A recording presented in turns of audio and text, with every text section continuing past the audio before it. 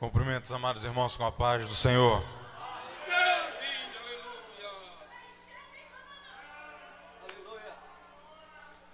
Glória a Jesus. Vamos abrir as nossas Bíblias. Livro de Atos dos Apóstolos, capítulo de número 3.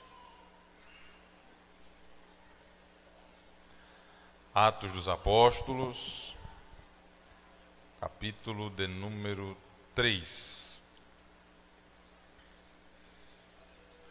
Todos encontraram? Amém. Glória a Jesus. Diz assim a palavra de Deus. E Pedro e João subiam juntos ao templo à hora da oração, a nona. E era trazido um varão que desde o ventre da sua mãe era coxo, o qual todos os dias punham à porta do templo a chamada Formosa, para pedir esmola aos que ali entravam. E ele, vendo Pedro e João, que iam entrando no templo, pediu que lhe dessem uma esmola. E Pedro com João, fitando os olhos nele, disse: olha para nós. E olhou para eles, esperando receber deles alguma coisa. E disse Pedro: não tenho prata nem ouro, mas o que tenho, isto te dou. Em nome de Jesus Cristo, o Nazareno, levanta-te e anda. E tomando pela mão direita, o levantou, e os seus pés e tornozelos se firmaram. E saltando ele, pôs-se em pé, e andou, e entrou com eles no templo, andando e saltando e louvando a Deus. E todo o povo o viu andar e louvar a Deus. Amém? Amém. Meus amados irmãos, caros ouvintes da palavra de Deus, esse texto sagrado vai trazer para nós uma mensagem muito poderosa e algumas lições que nós podemos aplicar para a execução da obra missionária. Nós estamos estudando uma lição extremamente pertinente para os nossos dias, que vai justamente causar em cada um de nós um despertar para a obra missionária. Entendendo que todos nós, enquanto igreja do Deus vivo, somos integrantes daquilo que é denominado nas Escrituras como a grande comissão.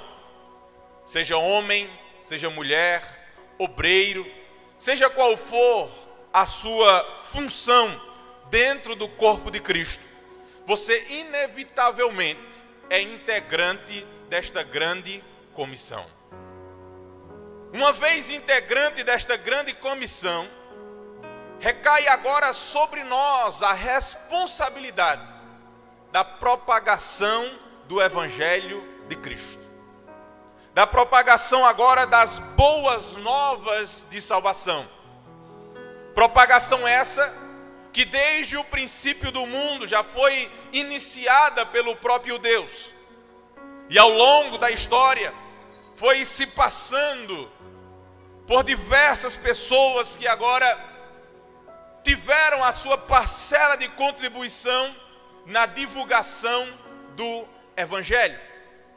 Chegando até nós agora, enquanto igreja do Deus vivo, e agora recai sobre nós essa responsabilidade da propagação do Evangelho de Cristo. E não há exemplo maior para nós de alguém que trouxe essa mensagem de salvação do que o próprio Jesus. Jesus agora nos dá o exemplo máximo de alguém que tinha uma habilidade suprema na propagação do Evangelho da paz. Jesus agora, com a sua pregação, ele conseguia prender a atenção dos ouvintes para si, de modo que quando Jesus pregava, ele usava o cotidiano das pessoas para aplicar ali verdades eternas, verdades essas capazes de mudar completamente a vida das pessoas. Jesus, quando ele começava a pregar, ele agora usava daquilo que as pessoas conheciam. E ele chegava, iniciava a pregação e dizia: olha, um certo homem, ele tinha 100 ovelhas. E em determinado dia, quando ele vai trazer elas de volta para o aprisco, ele percebe que está faltando uma.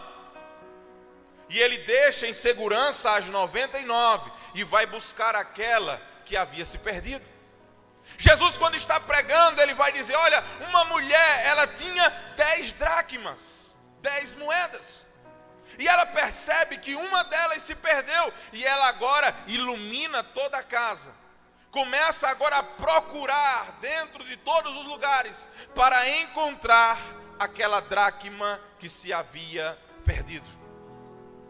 Jesus em nenhum momento estava falando de ovelhas, Jesus em nenhum momento estava falando de moedas, Jesus em nenhum momento estava falando de dracmas, mas ele estava se referindo a pessoas como eu e você.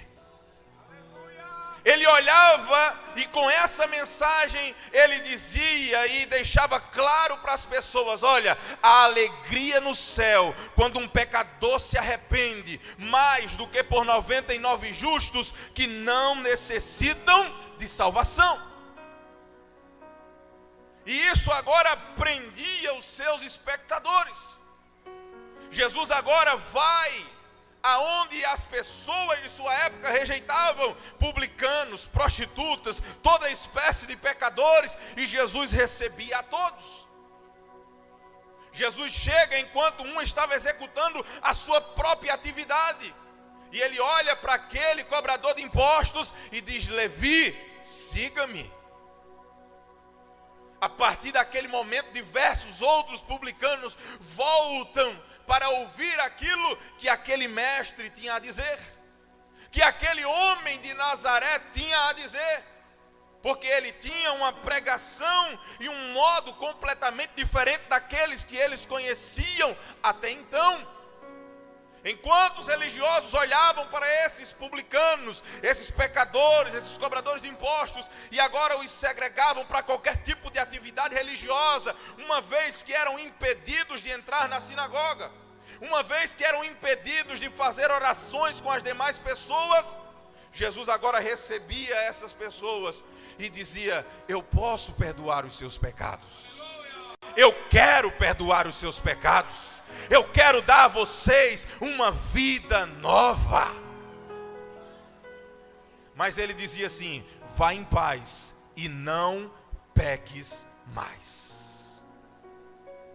Jesus agora estava ou havia acabado de ser elevado aos céus, havia dado as últimas instruções aos seus discípulos, e ele deixa claro que havia deixado sobre eles uma responsabilidade, havia deixado sob a responsabilidade deles uma obra que não poderia ser negligenciada. E para que eles executassem essa obra, eles necessitariam da presença do Espírito Santo.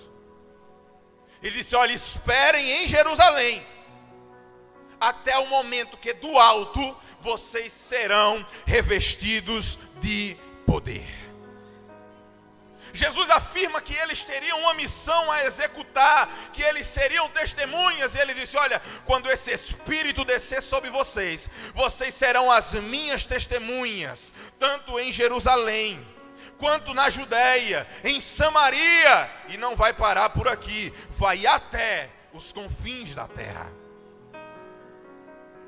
Jesus acabara de dar essa instrução, os discípulos estão reunidos, eles recebem a presença do Espírito Santo. As pessoas agora começam a olhar e dizer: esses homens estão embriagados, esses homens não estão em sua perfeita sanidade mental, sendo uma hora dessa da manhã. Mas um homem cheio do Espírito Santo se levanta. Ele diz: que conversa é essa? Esses homens não estão embriagados. Mas o que está acontecendo aqui é aquilo que foi predito pelo profeta Joel. Nos últimos dias eu derramarei do meu Espírito sobre toda a carne. Nenhum desses homens que estão aqui estão embriagados, mas eles estão cheios da presença de Deus. Eles estão cheios de autoridade do Espírito Santo. E agora nós vamos iniciar uma revolução nesse mundo para a propagação do Evangelho da paz. E a partir desse momento é dado o pontapé inicial na pregação.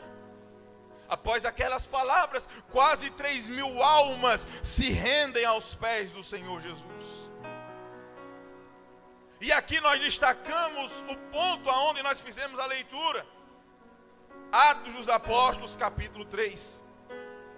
A primeira coisa que deve estar vívida em nossas mentes é que a obra é uma responsabilidade de todos. Não é apenas da Secretaria de Missão, não é apenas dos agentes de missões que são levantados, mas é de todos nós, servos de Deus. Esta é uma obra árdua e que precisa da ajuda de todos. Quando Jesus agora vai designar os 70, lá em Lucas 10, para a pregação do Evangelho, ele agora vai separar esses 70 de 2 em 2, deixando claro que essa obra não pode ser feita sozinha. É uma obra que precisa um estar ajudando o outro. Tem um que vai, tem um que contribui, tem um que ora. Nem o que vai é maior do que ora, nem o que ora é maior do que o que contribui, mas todos são participantes e integrantes dessa salvação de almas. Eu estou aqui em Patos, mas eu estou mantendo um missionário lá na Espanha. As almas que ele ganha para Jesus, eu estou tendo uma participação direta nelas. Seja por meio da minha oração, seja por meio da minha contribuição, nós estamos fazendo a obra de Deus. É uma obra que não pode ser feita de modo independente. E aqui nós observamos no capítulo 3 que Pedro e João subiam juntos. Os dois foram juntos até o templo na hora da oração, a nona, cerca de 3 horas da tarde.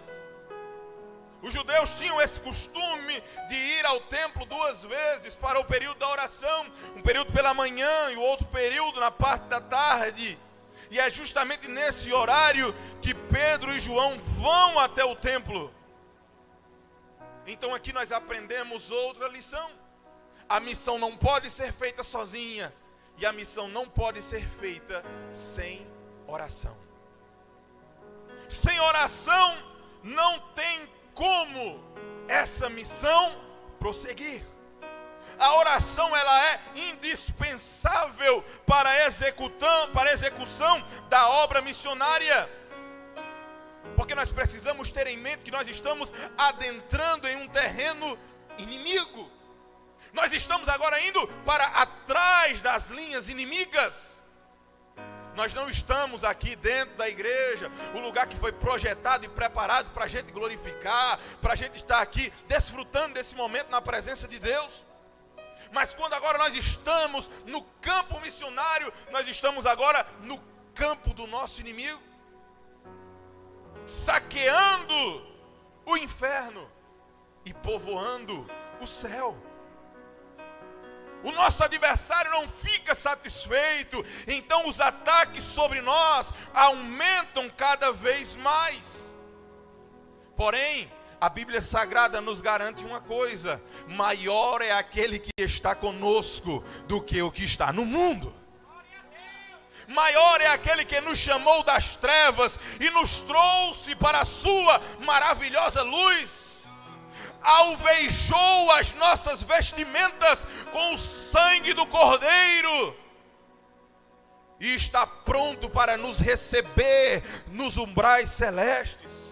Está pronto para ver cada um de nós cruzar os umbrais celestes e dizer para mim e para você: vinde benditos do meu Pai, possuam um reino que está preparado para vocês desde antes da fundação do mundo. Não há nada mais maravilhoso do que ouvir essas palavras da boca de Jesus. Então precisamos seguir firmes. A obra não pode ser feita sozinha, a obra não pode ser feita sem oração, e a obra não pode ser feita sem comunhão.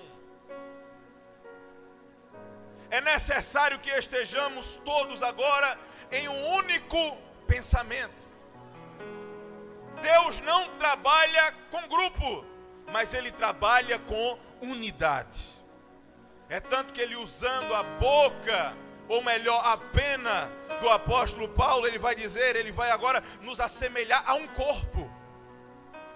E ele vai dizer: olha, assim como vocês são diversos membros, mas todos vocês juntos integram um único corpo. Então esta obra é necessário que se faça com grande comunhão. Pedro e João estavam indo juntos à hora da oração, estavam indo juntos para estar na casa de Deus. Estavam indo para a oração e estavam indo juntos. Paralelo a isso, outro homem também estava sendo conduzido àquele mesmo templo. Outro homem também estava sendo conduzido àquela mesma porta por onde Pedro e João passariam. Porém, esse homem agora estava indo ali com uma finalidade de mendigar, de apelar para a bondade, para a misericórdia dos outros. Ele está agora à porta principal do templo, a porta chamada Formosa. E aquele homem estava ali estrategicamente para sensibilizar aquelas pessoas que iam para a adoração, para que antes de entrar no templo tirassem a sua esmola e dar àquele homem que ali estava, para que quando entrassem no templo e começassem a orar, não ficassem com a consciência pesada, porque passaram pelo necessitado e não ajudaram. Era estratégica a colocação daquele homem ali todos os dias. Mas naquele dia, ele se encontrou com dois homens cheios do Espírito Santo. Aquele dia não seria mais um dia comum na vida daquele mendigo aleijado que ali estava. Aquele seria o último dia que ele estaria prostrado, porque ele iria se cruzar com dois homens que haviam recebido o revestimento do Espírito Santo, estavam com a autoridade de Deus nas suas vidas.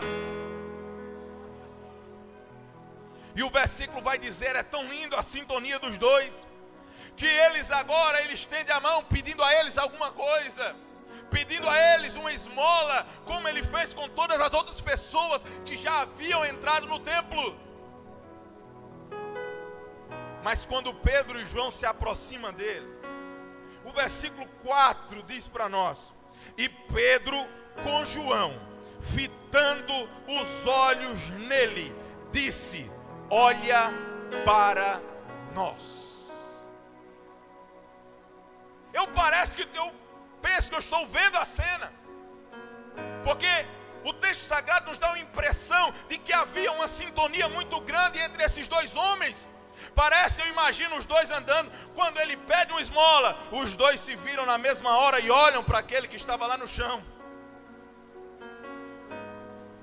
E ele agora, cheio do Espírito Santo, olha para aquele homem e diz: olha para nós. Uma igreja missionária é uma igreja unida. É uma igreja que está em perfeita sintonia. Diz: olha, hoje vai ter um culto lá na praça, eu vou participar do culto. Não, hoje vai ter um culto lá nas placas, glória a Deus, eu vou participar do trabalho. Não, hoje vai ter um evangelismo ali no centro, glória a Deus, eu estarei participando desse trabalho, porque eu entendo que essa responsabilidade também é minha. Que essa responsabilidade eu não posso jogar para o outro.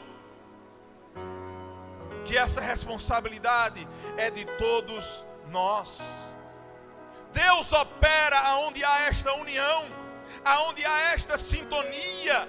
É tanto que no Salmo 133 ele vai dizer: ó, quão bom e quão suave é que os irmãos vivam em união. Mas ele vai além, ele vai dizer: é como óleo precioso sobre a cabeça, que desce sobre a barba de Arão, e que desce sobre a orla dos seus vestidos, como orvalho do Hermon, e como que desce dos montes de Sião, porque dali o Senhor ordena a bênção e a vida para sempre. Aonde há união, há bênção. Aonde há união, há milagre. Aonde há união, há vida. Aonde há união, há esperança. Aonde há união, há mover do Espírito Santo. Aonde há união, Deus faz coisas extraordinárias acontecerem. Os dois homens de Deus estavam em perfeita sintonia. Estavam perfeitamente ligados. E ele diz: olha para nós. E o homem inocentemente olha para eles, esperando receber alguma coisa, esperando receber ouro, esperando receber prata, esperando receber uma dracma, uma didracma, seja qual fosse a moeda que eles tivessem ali. Ele olha para aqueles homens esperando receber alguma coisa. Mas os homens cheios do Espírito Santo de Deus vai dizer: olha, eu não tenho prata e eu não tenho ouro, mas eu tenho uma coisa melhor do que isso. Em nome de Jesus o Nazareno, levanta e anda. Eu posso até não estar com o meu bolso cheio, mas eu tenho autoridade do Espírito Santo para dizer a você: levanta, paralítico, anda, porque eu estou com a presença do Espírito Santo em mim. Nós estamos em comunhão, nós estamos em sintonia, e o Espírito Santo vai agir em nome de Jesus. Levanta e anda. Aquele coxo jamais poderia entrar no templo por sua condição física. O pecado agora impede esse acesso direto do homem a Deus. Mas o sangue de Cristo, aquele que é capaz de purificar todo o pecado, ele agora abre esse acesso entre o homem e Deus. E a partir do momento que nós aceitamos a Jesus, esse acesso está completamente liberado com o Pai. E aonde você estiver, você ora, Deus ouve a sua oração. Você ora, Deus responde de acordo com a sua maravilhosa vontade. Aonde você está, você ora, Deus ouve e responde. O sangue de Jesus é que tem esse verdadeiro poder de restaurar, muito mais valioso do que prata ou ouro. Ele disse: olha, nem prata nem ouro a gente tem, Mas a gente tem uma coisa muito mais valiosa.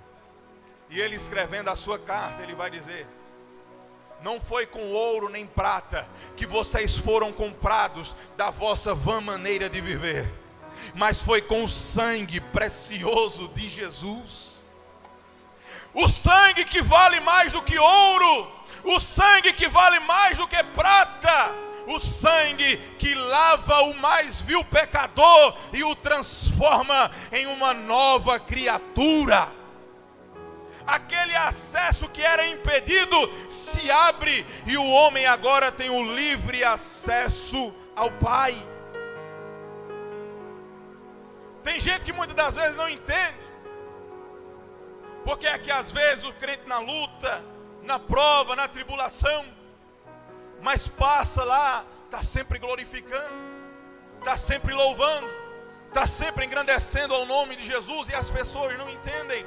É essa presença maravilhosa do Espírito Santo que está sobre nós. É essa presença que o mundo não pode sentir, que as pessoas lá fora passam e olham um monte de gente gritando, sem entender o que é que está acontecendo.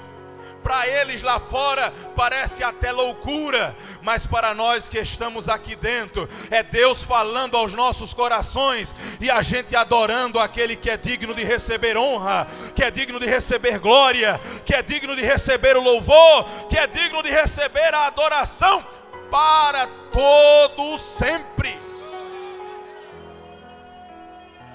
Como aconteceu no passado, a história hoje se repete.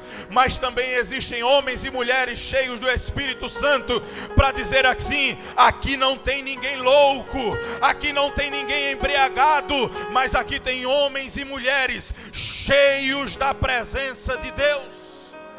Homens e mulheres transbordando da presença do Espírito Santo. Nós precisamos andar de mãos dadas. Se queremos ver o milagre acontecer, precisamos estar em união e em perfeita sintonia, entendendo que cada um tem a sua função na obra missionária. Um planta, outro rega, mas Deus é quem dá o crescimento. A mensagem é pregada, não há por melhor capacidade de oratória que tenha, capaz de convencer alguém. Mas a Bíblia Sagrada vai dizer: o Espírito Santo é Ele quem convence o homem do pecado, da justiça e do juízo. Somente o Espírito Santo de Deus tem esta capacidade. Então nós precisamos fazer a nossa parte. E qual é a nossa parte? Pregar o Evangelho de Cristo, pregar o Evangelho da cruz. Nossa responsabilidade é lançar a semente, e Deus é quem vai dar o crescimento. Deus está dando ousadia para você pregar o Evangelho. Deus está liberando sobre você uma unção para que você agora pregue o Evangelho da paz, para que você conduza pessoas para o reino dos céus. Você até já olhou para você mesmo e disse: não, eu mesmo não tenho esta capacidade, eu não tenho este conhecimento. Mas Deus irá derramar sobre você a sabedoria para a pregação das boas novas.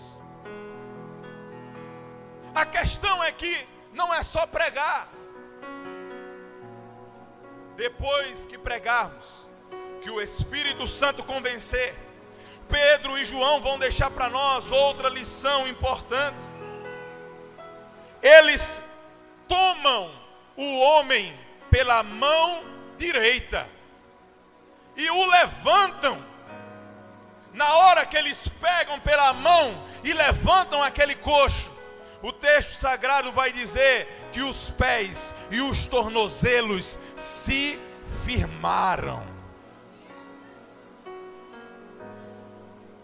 A responsabilidade da igreja é também cuidar daqueles que o Espírito Santo entrega em nossas mãos. Não é deixá-los à sua própria sorte, mas é receber, é abraçar, é integrar no corpo de Cristo, para que essas pessoas agora se sintam acolhidos, para que essas pessoas agora recebam a cura que lhes falta. Quando o bom pastor, ele pega a ovelha, quando ele encontra a ovelha e ele traz ela para o aprisco, a ovelha não está perfeitinha do jeito que ela saiu. A ovelha está machucada. A ovelha está cheia de espinhos na sua lã. A ovelha precisa de um cuidado especial. É tanto que o pastor não vai tangendo ela de volta para o aprisco, mas ele pega ela nos braços. Ele pega ela nos braços para trazer de volta. Deus está dizendo para você nesta noite: eu quero curar todos os traumas do passado. Eu quero tirar todo o carrapicho que o mundo colocou em você. Eu quero lhe dar de volta a cura que você precisa. Eu quero lhe trazer de volta para o aprisco, porque no aprisco você estará em segurança. No aprisco você terá alimento. No aprisco você terá mantimento. No aprisco você terá aquilo que é necessário para a sua subsistência. O mundo é enganoso, lhe maltrata, lhe machuca, mas o bom pastor está aqui nesta noite e ele está dizendo: vem a mim. Vem a mim todos os que estão cansados, sobrecarregados, e eu vos aliviarei. Venham até mim, porque eu vou dar a vocês aquilo que a religião normal, a religião mundana não pode lhes dar. Porque existe apenas um grupo de pessoas que estará com o nosso Senhor na eternidade. E eu encerro aqui contando uma parábola que eu contei ontem no culto campal. George Whitefield vai contar que o Wesley contou para ele que em determinado dia ele teve um sonho. John Wesley. Nesse sonho, ele era conduzido até as portas do inferno. Chegando lá, ele olhando para aquela figura que o recebia e olhando aquela multidão de pessoas em sofrimento, ele olha e diz: há católicos aí no inferno? E aquela figura olha para ele e diz: há muitos católicos aqui. Ele diz: tem metodistas aí no inferno? Tem muitos metodistas. E presbiterianos? Também há muitos presbiterianos aqui. Budistas? Há muitos budistas. Maometanos? Há muitos maometanos aqui. E o Wesley diz que ele estava a ponto de desmaiar quando ele agora é conduzido até a porta do céu. E ele toma cuidado de fazer exatamente as mesmas perguntas para o anjo que o recebera. E ele vai dizer: há católicos aqui no céu? E o anjo diz: não há nenhum católico aqui no céu. E presbiterianos? Não há nenhum presbiteriano. E metodistas? Nenhum metodistas. Maometanos, budistas? Nenhum desses tem aqui. E o Wesley mais uma vez entrava em desespero. Mas antes que ele falasse qualquer coisa, o anjo olhou para Wesley e disse assim: Wesley, aqui só entra uma única classe de pessoas, lavadas e remidas no sangue de Jesus. Não tem outra forma de cruzar os umbrais celestes a não ser por meio do sangue de Jesus. O sangue que clama mais alto do que o sangue de Abel, que dá a restauração que o homem precisa e a salvação necessária para a sua alma. Então, quando você ouvir a voz do Senhor teu Deus, não endureça o seu coração. Que Deus abençoe a todos, em nome de Jesus.